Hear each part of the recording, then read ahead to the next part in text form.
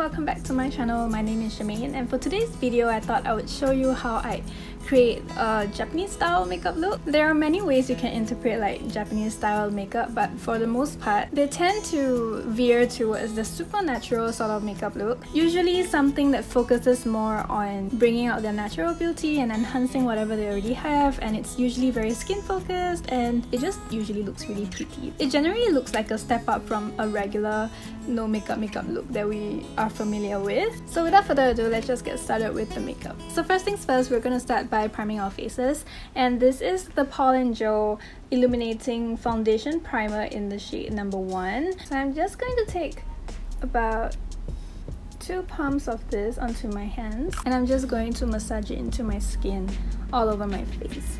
This is a really nice pearly sort of illuminating primer, as the name suggests, that really helps brighten up the skin and makes it look really hydrated and nice and dewy and healthy. Initially when you put it on, it looks a bit metallic and scary and not the kind of dewy that you want your skin to look. But once you really focus on blending everything in and rubbing it all in, it actually gives your skin a really nice illuminated sort of glow from within, translucent dewy hydrated skin sort of glow. You can already tell that my skin is really nice and it looks as if like I really hydrated it. I did moisturize my skin before, but it didn't really have like this sort of reflective quality to it. This primer is actually one of the most highly rated primers in Japan. Almost every makeup girl in Japan would know of it or own one bottle of this. It's always recommended on all sorts of platforms and magazines and stuff, so you know that it's a good thing when everyone raves about it. Next up, I'm gonna go in with foundation, and this is my YSL Touche Eclat Le Teint foundation. I can't really speak French. I took like one semester of French in uni and I sort of forgot everything. Plus I can't really pronounce it very well because like when I was studying French in school, I'm gonna take 2 pumps of this by the way. When I was studying French in school, I was also studying Japanese during my own free time, so that kind of really confused me in terms of like pronunciation, because I was trying to pronounce everything French in Japanese and I was trying to pronounce everything Japanese in French, so I obviously gave up on one of the languages. For Japanese makeup, like base makeup, they tend to like to keep their bases really natural, nothing too cakey. The focus is generally on making the skin look really good, and of course making it look as if you're not wearing much at all. It's okay to look as if you're wearing makeup there, it's just that you're not supposed to. It's a really weird thing because I get a feeling that all the women there is like expected to sort of like look put together and look like they put in effort in their appearance, but at the same time I feel like there's like a pressure to the extremes, because I feel like this pressure is like almost everywhere on the planet, but in Japan I feel like there's a pressure to appear as if you don't really need that effort to look pretty. You just have to look effortlessly pretty and natural, even though like it's quite obvious that you're wearing makeup. Okay, so at this point we're going to go in with concealer. Actually, like Japanese makeup looks are really very easy to do and it's pretty straightforward, I guess. It doesn't always mean that it's effortless to achieve, but generally speaking, if you're thinking about the number of steps that is required to achieve like a makeup look in a Japanese style, it's way lesser than what you would require to get the effect of like a Western super Instagram worthy makeup look, you know? Also, I noticed that Japanese girls like to use like sponges a lot more than brushes. I just don't have a sponge on hand right now so I'm using this, and I'm just putting on concealer wherever I need to conceal, like my under eyes and on my blemishes. I've been having a lot more like breakouts and stuff, and I really think that it's because when I wear a mask and I go out, and I've been going out a lot more than usual, it causes a lot of like sensitive breakouts along the areas that has the mask on. I don't think it's something I can control right now because it's either wear a mask or you can't go out, right? So also I think one point to note when it comes to concealing in a Japanese makeup look, they don't focus on using a concealer to brighten their complexion like how the Western style tend to do with like, you know, the brighter concealer under the eyes and stuff. They tend to go for like a skin tone shade or like something just one shade darker, solely for the purpose of concealing blemishes and dark circles. And I realized I didn't tell you what this concealer is. It is actually the Maybelline Fit Me concealer, and I have it in the shade 15 Fair. I totally lost the footage stage of me powdering my skin. But thankfully it's just one step. So I went in with my Cezanne UV Clear Face Powder in the shade number 1. It is one of my most loved pressed powders. This is actually a Japanese drugstore brand. And I applied this powder with my Fenty Beauty 170 setting brush, which is a really nice and fluffy powder brush that I really love to use to like powder my face. For brows, I'm just gonna go with what I regularly do, which is my Fenty Beauty Snap Shadows in Cadet, and I like to use these 2 shades over here to fill in my brows. In Japan, the need to have really perfect brows is not really a thing. Like, as long as it's filled in and it looks like it matches your hair color and it kind of frames your face a little, they're okay with it. Even in magazines, I noticed that the models sometimes have very unkempt brows that looks really like unmanicured, I guess, and it just makes everything look less put together, I think. So I'm just gonna just fill in my brows the way I do, which is with powder. This is eyeshadow, but basically, like, as long as you go in with like a brow powder or something, and make sure that it's not too dark. Make sure to like run your fingers through to kind of soften the brows a little if you feel like you've gone a little too overboard. One very Japanese thing to do is to go through your brows with like a brow mascara. So for me, I like to use my 3CE Style Nanda eyebrow mascara. This is in the color Gold Brown. Taking the mascara wand, they will go against the grain to coat the underside of the hairs, and then they would comb it all back straight in the direction that they grow in. And this really ensures that the whole brow looks like it's this color. Okay, now moving on to the eyeshadow part, I'm going to go into my Brown Sugar palette from Colourpop, just because this palette has a lot of nice brown tones that I might be able to use for this look. I think what sets them apart is the placement of eyeshadow, and I will show you right this minute. So firstly, I'm going to go in with Chai over here with my finger. They like to go like 1 or 2 shades deeper than the skin tone, and it can be like a matte shade, it can be shimmery. They're really not opposed to just applying shimmer all over the lid, and that's what they tend to like to do actually. They just have this habit of just applying this one main shade all over the lid area up to the crease and stopping right about here. This is like our lid space, so they like to go in with like a deeper shade here. It can be a glitter or a shimmer, any formula is good, but it usually tends to be like a medium tone sort of shade. So for me, I'm going to go into Auburn, which is this like pearly brown shade right here. It might be a little too dark actually. Try to not go overboard. It's just on this little tiny lid area over here. Okay, you can already tell that there's a little bit of like a gradient going up from like this medium brown shade up to this first shade that we put on. This is what they call a gradient eye, which is basically like a darker shade fading into a lighter tone shade on the eyelids. And they like to sometimes just go in with like a lighter shade. I'm using this one over here, which is ginger, and they like to just put it on the middle, sometimes just tap it in. Just a little bit of shimmer to aid with giving the eyes more dimension, because with this it kind of brings out the middle of our eyes, and that would bring the eyes a little, I guess bulbous sounds very bad, but it makes the eyes look a lot bigger and more dimensional in a sense. And then using the same shade as well, we're gonna go and put it onto our lower lids right here.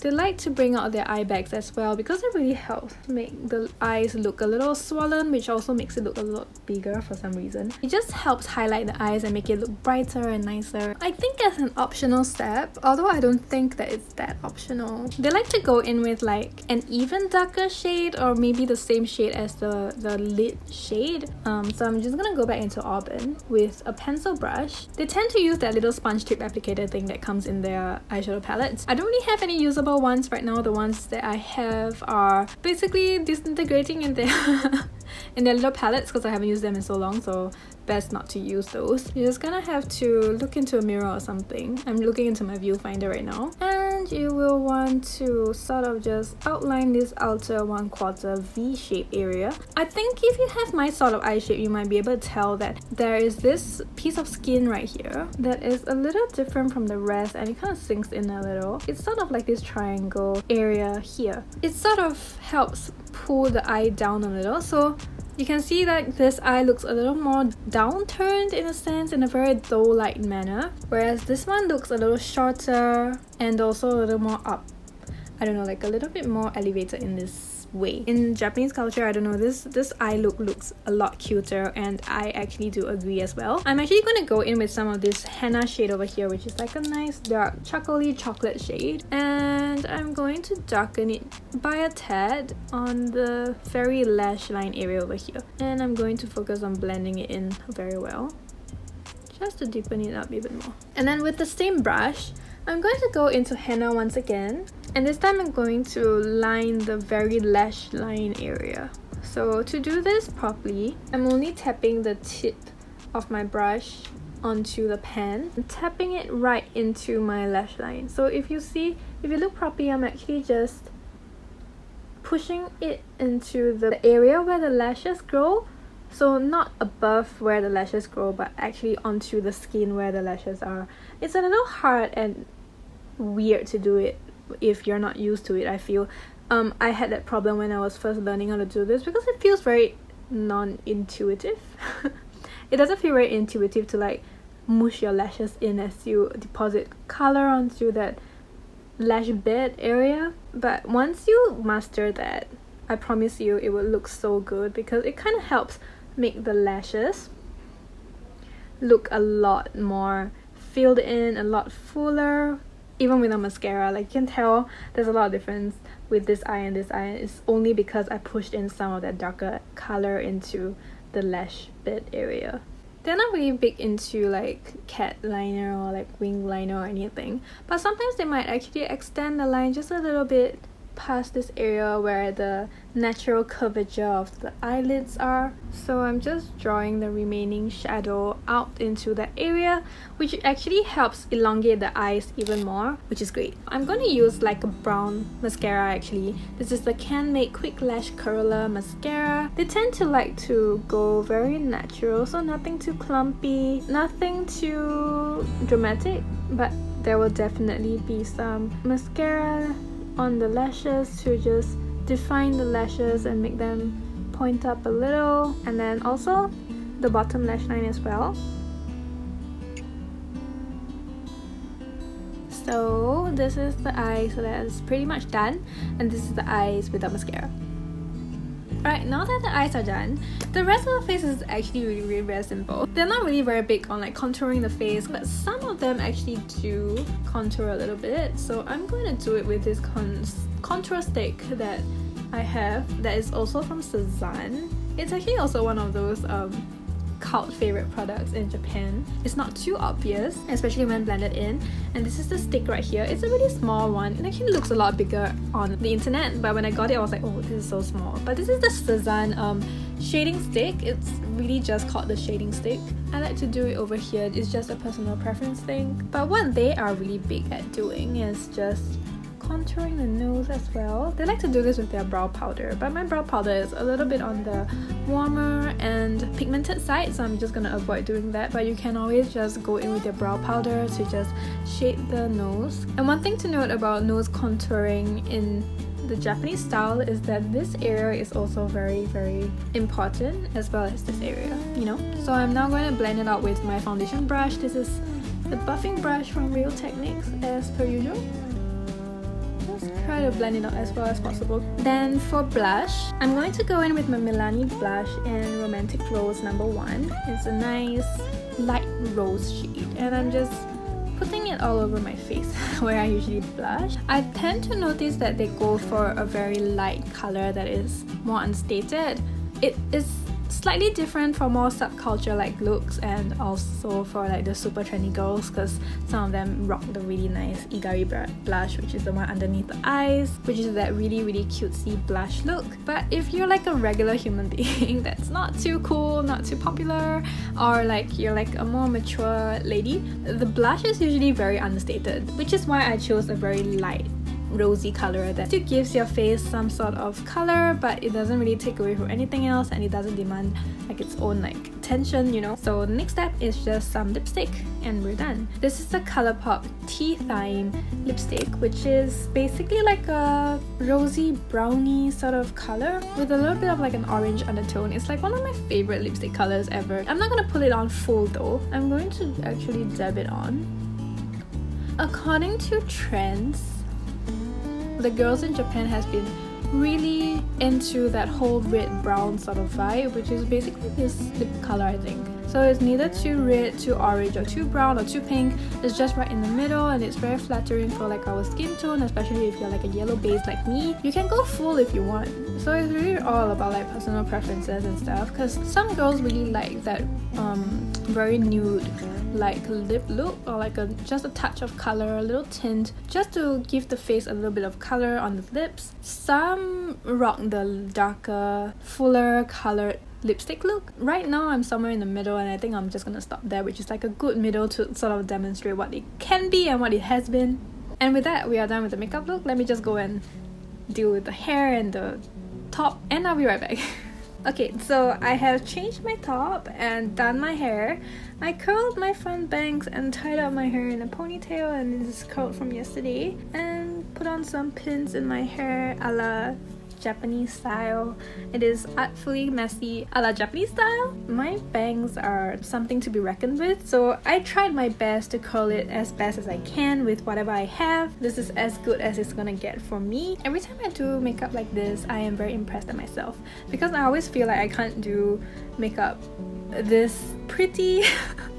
I feel like whenever I do makeup, I just kind of go straight smoky and super bold, and I can't control myself. But I think today we did quite a good job at controlling myself. It didn't end up looking too smoky or too non-Japanesey. Of course, I'm not Japanese, although I like people to think that I am sometimes. But yeah, so this is my rendition of, this is one of my many renditions of a Japanese style makeup look. I really enjoyed filming this tutorial for you. I hope you enjoyed it too. Let me know what you think down below. I'm very excited to hear what you have to say about this look. And oh, before I leave, I want to just say that whatever I'm saying in this video was just based on my observations from watching Japanese people on the streets, as well as reading a lot of magazines and interacting with a lot of like beauty media in Japan. So I might be wrong, I might not be. I don't live there obviously, and I haven't been living there for like more than 3 years now. But anyways, with that said, we are at the end of today's video. So if you like this video, please remember to give me a thumbs up, and also consider subscribing to my channel down below. And if you don't mind, also click on the notification bell so that I can notify you, or like YouTube can notify you whenever I post a new video. I think that would be helpful for both of us. And finally, if you did not know already, I also have an Instagram account by the handle @ChermCCW, on which I post a lot of makeup content as well. So if you're interested in that kind of content, maybe go over there and check me out as well, and maybe give me a follow if you want to. And with that, thank you so much for watching all the way to the end of today's video, and I'll see you in my next one. Bye everyone!